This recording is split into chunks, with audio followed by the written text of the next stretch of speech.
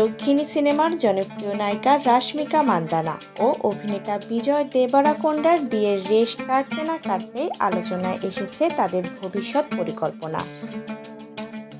সম্প্রতি রাজস্থানের উদয়পুরে জমকালো আয়োজনে 7 পাক ঘোরার পর মা হওয়ার ইচ্ছা প্রকাশ করেছেন এই অভিনেত্রী।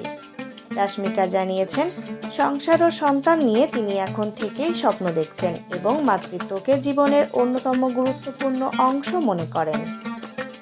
বিয়ের পর সংবাদ মাধ্যমের মুখোমুখি হয়ে রাশমিকা তার এই অনুভূতির কথা ভাগ করে নেন। জানান, শুধু একটি নয়, একাধিক সন্তানের মা হওয়ার পরিকল্পনা রয়েছে তার। রাশমিকার মতে, সন্তান স্বামী ও স্ত্রীর মধ্যকার সম্পর্কের বন্ধনকে আরও দৃঢ় ও শক্তিশালী করে তোলে। মা হওয়ার পর সন্তানের নিরাপত্তাই হবে তার কাছে সবচেয়ে বড় অগ্রাধিকার।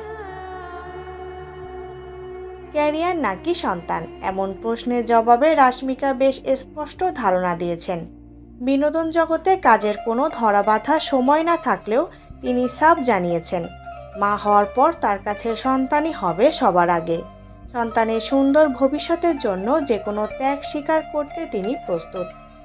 এমনকি প্রয়োজনে পেশাগত জীবনে ছাড় দিতেও পিছপা হবেন না বলে ইঙ্গিত দিয়েছেন এই অভিনেত্রী।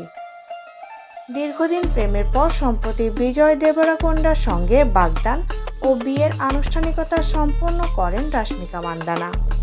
বর্তমানে এই তারকা দম্পতির ব্যক্তিজীবন ও ক্যারিয়ারের ভারসাম্য নিয়ে ভক্তদের মাঝে ব্যাপক আগ্রহ তৈরি হয়েছে।